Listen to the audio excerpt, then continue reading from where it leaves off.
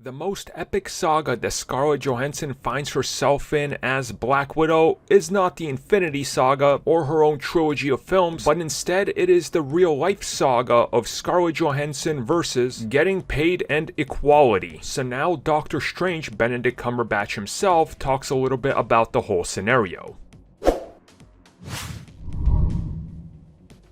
Benedict Cumberbatch was recently asked to talk a little bit about everything that's been going on in a very public dispute in regards to Scarlett Johansson versus Disney and Marvel Studios, in which she alleges that they now owe her $100 million or more because Disney decided to put the film on Disney Plus and not pay her for the whole one estimated $1 billion take and so forth. Both sides have tossed each other under the bus, and it's been a roller coaster of a ride, as one would assume. The Hollywood Reporter asked Benedict Cumberbatch, what does he think of this whole situation? So this is what he said, and I quote, "It's sad what's going on between the lawyers. Just the verbiage and the accusations of it. Put it in a global pandemic context. The whole thing's just a bit of a mess. We're trying to understand what the revenue streams should be for artists that contribute to the billion-dollar business that is Disney,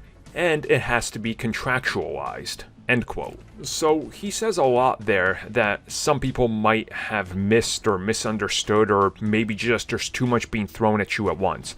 What he's saying is the pandemic changed everything, and in terms of contracts, they weren't really renegotiating for something like this to happen. They just did it. And how exactly do you consider this massive shift, because it affects everybody's revenue? And he's right about this, and he's quite clearly offering support for her without 100% saying, I 100% support her. But you guys have to remember, over the course of the last 20 years of the entertainment industry, things have changed so rapidly that it's hard to keep up. Like, for example, before, when you would sign a film contract prior to the early 2000s, you had a guarantee of the VHS sales, and then the DVD sales, and they could adapt it easily because it was just a short extension of the slow-moving medium. Because at that point, VHSs were already around for 30 years, so it was easy to adapt.